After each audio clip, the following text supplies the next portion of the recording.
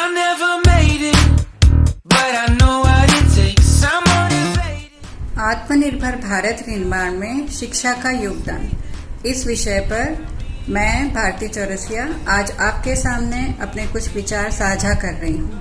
जैसा कि हम सब जानते हैं कि इस कोरोना महामारी ने हमारे जीवन को बदल दिया है और अब हमें इस महामारी से डरकर नहीं, हमें इससे लड़कर इसका सामना करना है और इसी के साथ बगैर डरे हमें आगे बढ़ना है।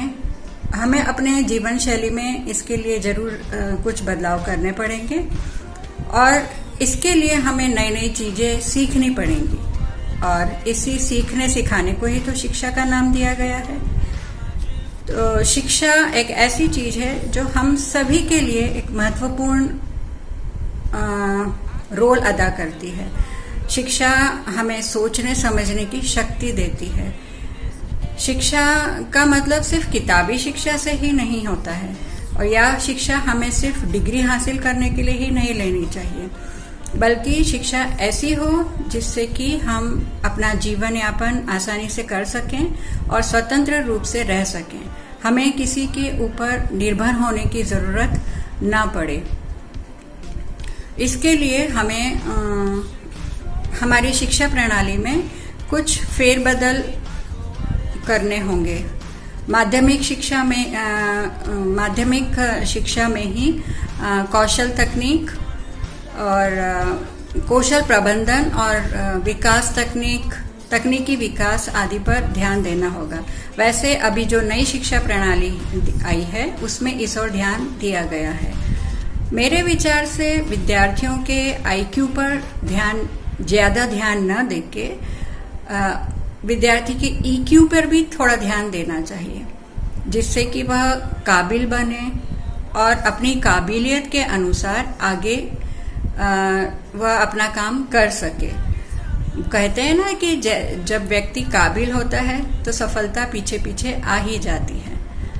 साथ ही में असफलता को कैसे डील करना है ये भी विद्यार्थी समझ पाएगा। इसलिए हमें मेरा भी मानना है कि स्किल डेवलपमेंट पर ज़्यादा ध्यान देना होगा।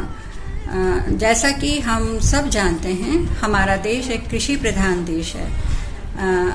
जब हमारे देश के किसान संपन्न होंगे तो देश में ही तो गांव में ही कई तरह के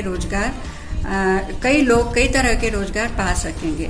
नई नई तकनीक के माध्यम से हम पैदावार को बढ़ा सकते हैं और कई छोटे छोटे उन जो खेतों में जो उत्पाद हो रहे हैं, खेतों या गांव में जो होता है, उन्हीं से हम कई लघु उद्योग को भी बढ़ावा दे सकते हैं। साथ में संचार माध्यम जैसे विज्ञापन के सहायता लेकर हम उन उत्पादों को ग्लोबल भी बना सकते हैं।